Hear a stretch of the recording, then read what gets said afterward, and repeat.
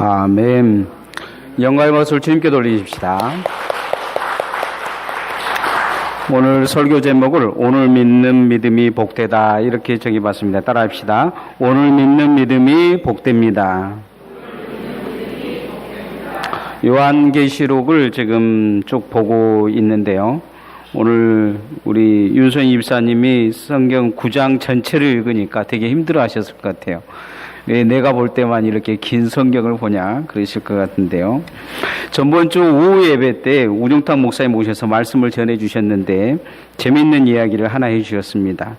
목사님이 이 시한부 암 환자를 전도하면서 열심히 전도해서 이 돌아가시기 일주일 전에 회심을 했다고 합니다. 그리고 천국에 이제 갔던 것을 주일날 설교를 했는데 그 교회의 한 집사님이 너무 불공평하다고 점심 먹으면서 옆자리에 앉아가지고 막 그렇게 따지더라는 것입니다. 자기는 젊어서부터 죽으라고 교회를 열심히 다녔는데 그냥 그렇게 세상에서 마음대로 자기 하고 싶은 대로 하고 살다가 죽기 전에 일주일 전에 예수 믿고 딱 천국 가버리면 그게 얼마나 불공평하냐 그렇게 이야기하더라는 거죠.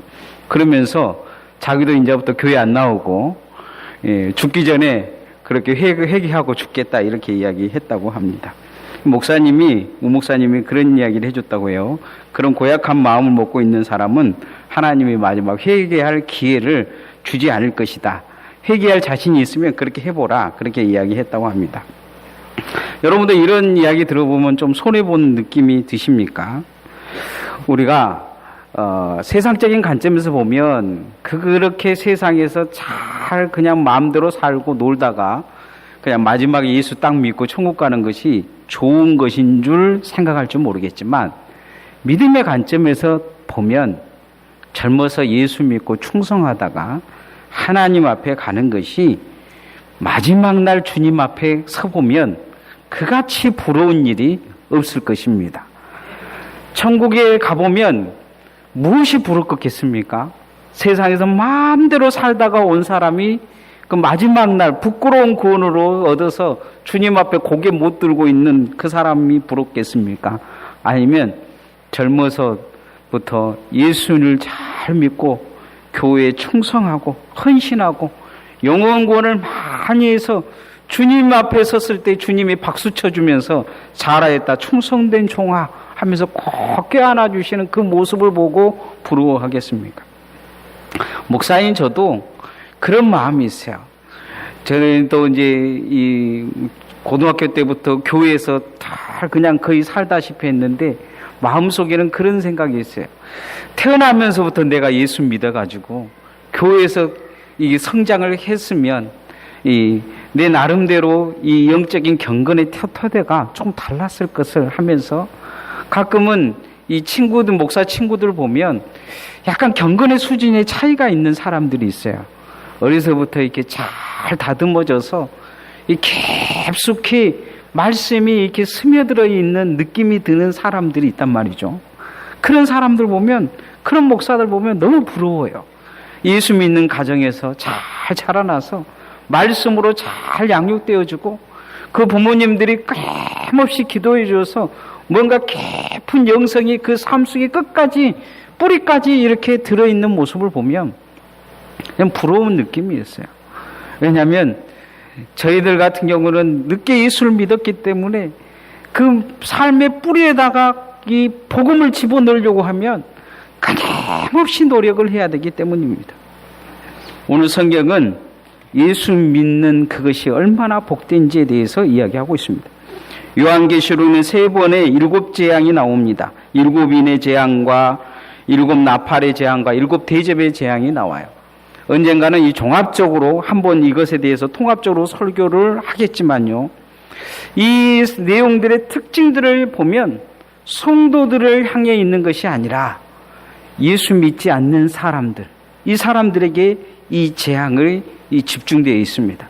예수 그리스도를 믿기를 거부한 사람들에게 집중되어 있다는 것입니다. 요한계시록을 받아보는 성도들도 나름대로 그 시대를 바라보면서 나름대로 무슨 생각을 가지고 있었는가 생각해 보면 이 주님이 이런 말씀을 전해 주신 거 보면 손해보는 느낌이 그들 안에 있었던 것 같아요. 꼭 예수를 믿어야 되냐? 끝까지 믿어야 되냐? 이런 생각을 가졌던 것 같아요. 그런데 주님은 이 요한계시록을 통해서 그 믿음이 복되다 이렇게 말씀하고 있습니다. 그 믿음으로 말미암아 마지막에 승리를 얻을 것이다 그렇게 말씀하고 있습니다. 예수 믿는 것 중에 오늘 9장에서 나타나는 첫 번째 복이 뭐냐? 잘 예수 믿다가 예수님 안에 죽는 것이 복입니다. 주님 안에 죽는 게 복이에요. 따라 해보십시다. 주님 안에 죽는 것이 복입니다. 한국 사람들은 그런 말 하죠. 잘 죽는 것이 복이다. 요즘 세상에 점점 그런 시대가 되어가고 있어요. 백세 시대가 되어다 보니까 이 마지막에 죽는 것이 힘들어요. 그러잖아요. 잘 먹고 잘 살아서 마지막 죽는 것이 힘듭니다. 죽는 것이 복이다 이렇게 이야기하면 한국 사람들은 잘 이해를 못한다고 합니다. 왜냐하면 한국 사람들은 죽는 것을 싫어해서 죽을 사자가 아닌 넉 사자가 있는 것도 다 빼버리는 것을 볼 수가 있어요. 요즘 며느리들이 시자 들어간 것은 싫어가지고 시금치도 쳐다보지 않는다고 하는데요. 제가 사는 아파트에 보면 사라인이 없더라고요. 사라인이 없어요. 어떤 건물에 가보면 4층을 그냥 F층이라고 할 때가 많아요.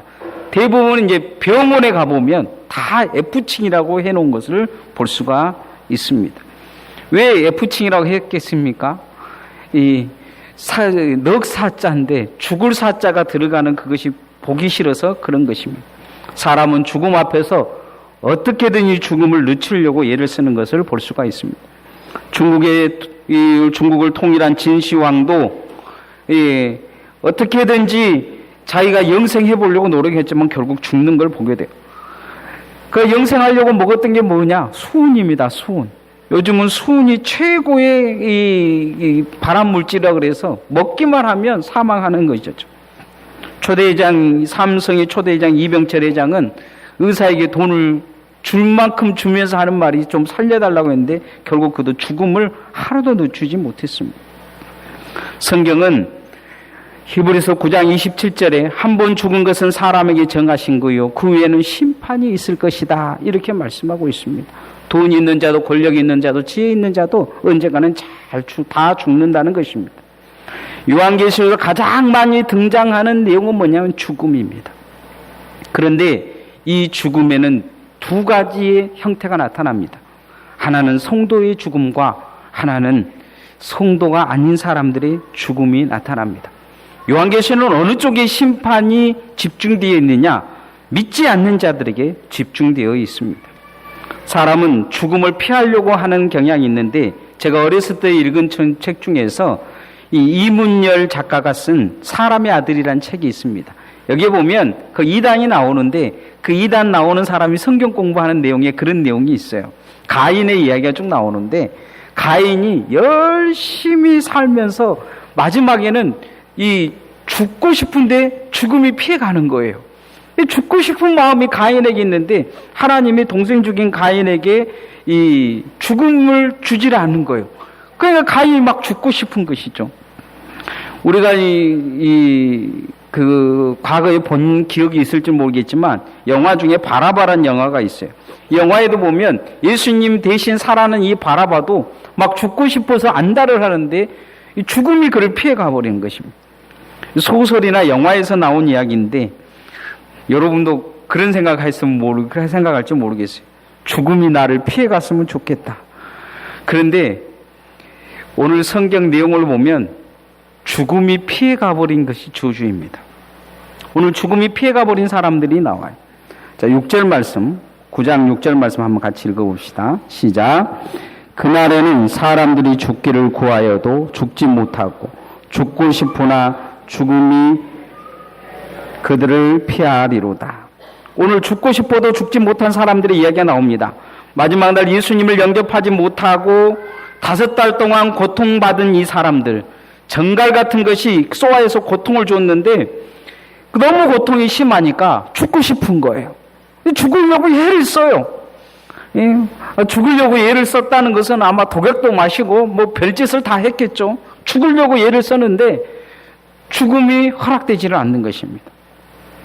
영화 같은데 우리가 보면 고문을 막 당한 사람이 고문한 사람한테 그러죠. 차라리 죽여주라 막 그러는데 고문한 사람이 그런 이야기를 해요. 뭐라고 이야기를 하냐면 쉽게 그렇게 죽지 못하게 한다. 그렇게 해요. 그렇게 죄를 많이 지었는데 그렇게 쉽게 죽을 줄 하냐. 마지막까지 고통당하게 해주겠다 그러면서 막 고문하는 것을 볼 수가 있습니다. 성경에 보면 그런 내용이 있다는 것이죠. 그러고 보면 주님 안에서 죽는 것이 복인 줄 믿습니다. 요한계시록 14장에 보면 그런 말씀이 있어요. 주 안에 죽는 것이 복이다. 그런 말인 거죠. 왜 주 안에서 죽는 것이 복이냐? 세상 사람들의 죽음은 그 마지막 죽는 것도 고통스럽지만 죽음 위에 더 큰 고통이 남아 있습니다. 지옥의 고통이 있는 것이죠.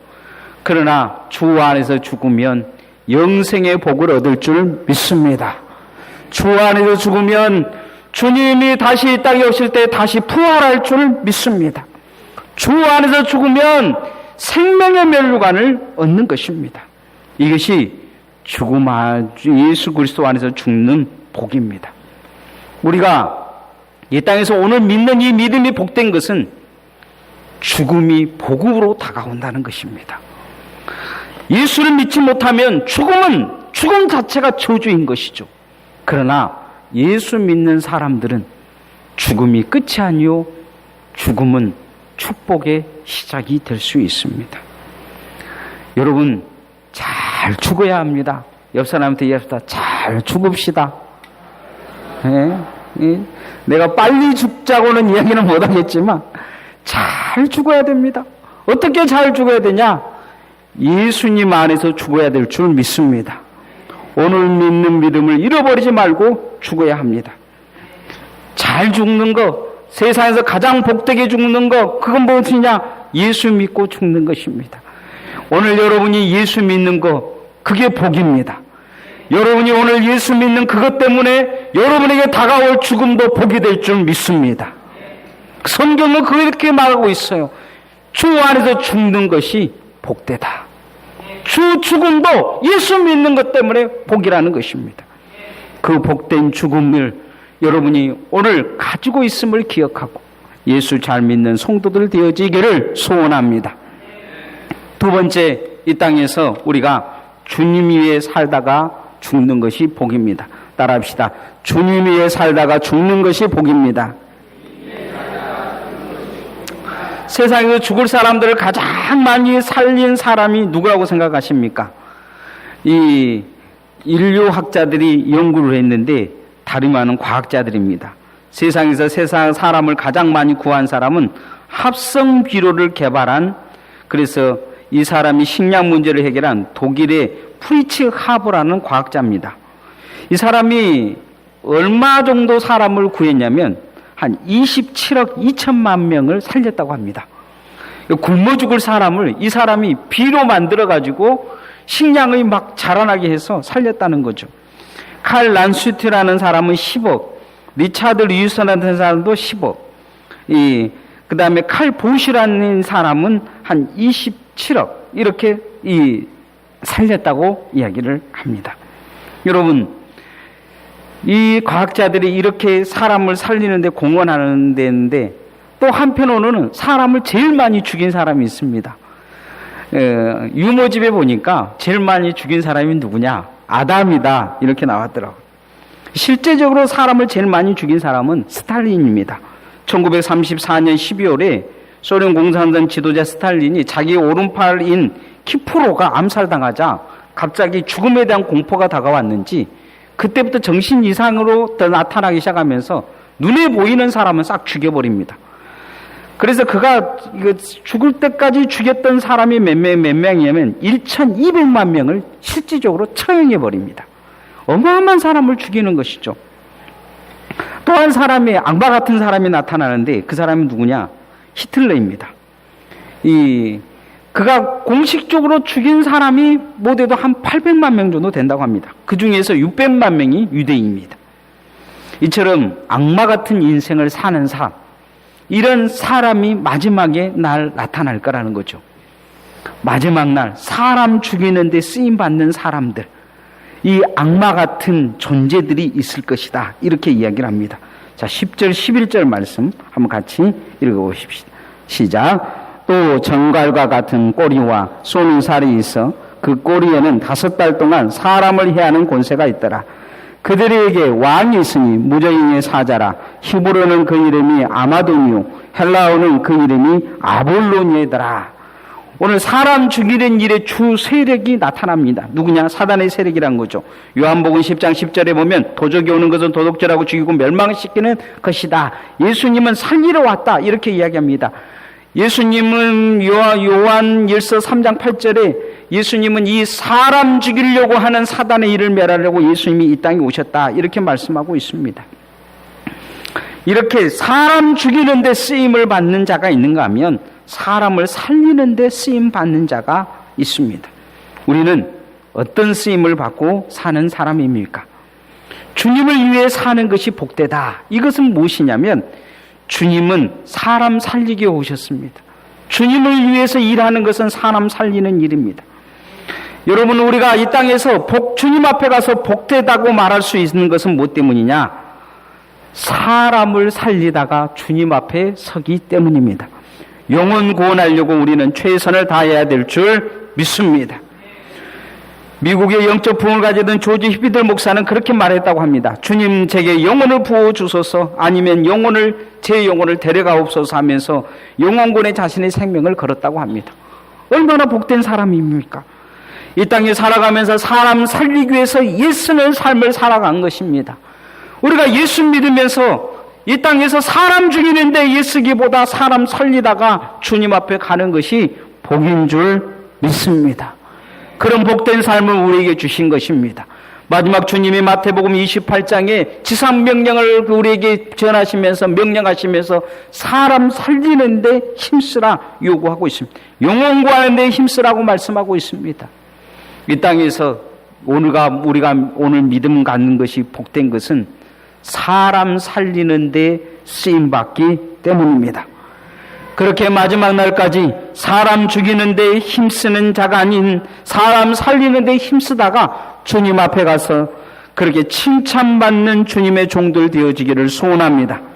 사람 살리는 데 많은 자를 주 앞으로 올리는 하늘의 별과 같이 되어질 것이다. 이렇게 말씀하고 있습니다. 오늘날 우리는 더 영혼 구원에 전력해야 될 줄 믿습니다. 한 사람이라도 더 구하는 데 최선을 다하는 주의 종들 되어지기를 소원합니다. 마지막 우리가 세 번째, 예수 믿고 아름답게 변해가는 것이 복입니다. 따라합시다. 예수 믿고 아름답게 변해가는 것이 복입니다. 구약성에 등장하는 인물들 중에서 가장 불쌍한 사람이 누구냐? 여러 사람을 들을 수가 있는데 그 중에서 한 사람을 들으면 사울왕일 것입니다. 그는 원래 그렇게 악한 사람이 아니었습니다. 그는 겸손하고 충성되고 효자였어요. 나중에 그런데 임금이 되고 나서 변질을 되어버립니다. 하나님의 말씀에 불순종하고 교만하고 결국은 제사장 권한까지 침해했는데 회개하지 못하는 모습을 보여줍니다. 무당까지 찾아가면서도 나중에 회개하지 못합니다. 그의 결정적인 문제는 이 회개가 안 되는 거였어요. 다윗을 쫓아다니면서 죽이려고 하면서도 다윗이 뭐라고 하면 그때 내가 잘못했다 이야기합니다. 그런데 돌아와서는 회개가 안 됩니다. 막 울며 다짐해도 회개가 안 돼요. 예수님의 제자들 중에 이와 같은 사람이 있습니다. 가룟 유다도 예수님 팔고 나서 후회하죠. 자기가 잃은 30을 다시 제사장한테 돌려주기까지 합니다. 그러나 양심의 가책에서 결국 자살해버립니다. 사울도 자살해버리는 것을 볼 수가 있습니다. 회개가 되지 않는 것이죠. 회개를 놓쳐버린 것입니다. 회개가 되지 않는 것이 저주입니다. 여러분, 우리가 이 땅에서 회개되지 않는 이것에 대해서 늘 근심하고 경각심을 가져야 됩니다. 오늘 성경에도 회개되지 않는 사람들이 나타납니다. 자, 20장 20절 21절 말씀 한번 같이 읽어봅시다. 시작. 이 재앙에 죽지 않고 남은 사람들은 손으로 행한 일을 회개하지 아니하고 오히려 여러 귀신과 또는 보거나 듣거나 다니거나 하지 못하는 금은 동과 목석의 우상들에게 절하고 또 그 살인과 복술과 음행과 도둑질을 회개하지 아니하더라. 회개하지 않는 것이 저주예요. 회개하지 않으면 어떻게 되느냐? 부끄러움을 모르게 되는 것을 보게 됩니다. 회개하지 않으면 죄가 뻔뻔하게 되는 걸 보게 돼요. 사람이 하나님 앞에 회개하지 않으면 뻔뻔하게 되는 것을 볼 수가 있습니다. 추악해져 버려요. 회개되어지는 것이 은혜인 줄 알고 날마다 주님 앞에 회개하는 주님의 종들 되어지기를 소원합니다. 주님 앞에 오면 그런 마음이 있어야 돼요. 내가 뭔 죄를 지었다고 이렇게 말하기보다 따라해 봅시다. 주님, 제가 죄인입니다. 그런 생각을 해야 돼요. 이 말씀을 들으면 사람들 태도가 벌써 다른 사람들이 있어요. 내가 뭔 죄를 지었다고 오늘도 나한테 그런 설교를 하냐, 그런 태도. 그러면 뻔뻔해지는 거예요. 우리가 말씀을 들으면 어떤 생각을 가져야 되냐? 주님, 제가 죄인입니다. 주님, 제가 회개해야 됩니다. 주님, 회개할 길을 제게 허락해 주옵소서. 회개할 마음을 내게 주옵소서. 그런 마음으로 주님 앞에 회개할 마음으로 나아가야 될 줄 믿습니다. 이게 하나님 앞에 아름다운 모습입니다. 세상에서 깨끗하게 사는 것도 아름답고 충성하게 사는 것도 아름다구나. 하나님 앞에 가장 아름다운 모습이 뭐냐? 회개하는 것입니다.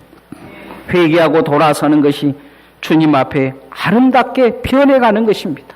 그렇게 회개해야 아름답게 변해가는 것입니다. 사람들, 강팍해져가는 사람들, 갈수록 못된 사람, 못되어져가는 사람들이 있어요. 생각하는 것도 못되어져가고 행동하는 것도 못되어져가고 말이나 행동이 갈수록 예수 믿기 전보다 더 엉망이 되어져가는 사람들이 있어요. 무엇이 안 되는 것이냐? 회개가 안 되는 것이에요. 자기가 잘못한 것을 갈수록 뻔뻔해져가요. 정당해져가고 누군가 문제 있다고 그러면 대들고 화내고, 그리고 그 말하는 사람이 더 문제 있다고 이야기를 해요. 회개가 안 되는 것이죠. 갈수록 추악해져 가는 것입니다. 그러나 회개가 되어지면 어떻게 되느냐? 사람이 아름답게 바뀌어져 갑니다. 생각하는 것이 아름다워지고 마음 먹은 것이 아름다워지고 행동하는 것이 아름다워지는 것입니다. 예수 믿고 오늘 제대로 예수 믿는다는 것은 그렇게 회개하고 아름답게 변해간다는 것입니다. 그 변함의 축복이 여러분에게 있기를 소원합니다. 이제 말씀에 결론을 넣어주면 오늘 예수 바로 믿는 것이 복입니다. 따라합시다. 예수 바로 믿는 것이 복입니다. 잘 믿으셔야 됩니다. 잘 믿어야 죽음이 복됩니다. 죽음이 복으로 오려야 됩니다. 죽음이 저주로 와버리면 안 됩니다. 죽음 이후에 영생이 여러분에게 주어지기를 소원합니다. 예수 잘 믿으면 주님 위에 살 수 있습니다. 영원 구원 위에 살 수 있습니다. 예수 잘못 믿으면 어떻게 되느냐? 남 죽이며 마지막까지 살 수 있습니다. 예수 믿는 사람들 다 죽여갈 수 있습니다. 교회를 흩어버리고 예수 믿는 사람들 다 지옥으로 떨어뜨리는 인생이 될 수 있습니다. 그러나 예수 잘 믿고 우리가 바로 서면 한 생명이라도 더 건져서 살리는 믿음이 될 것입니다. 마지막 회개하고 아름답게 변해갈 수 있습니다. 그런 복된 믿음을 갖는 주님의 종들 되어지기를 소원합니다. 찬양하십시다.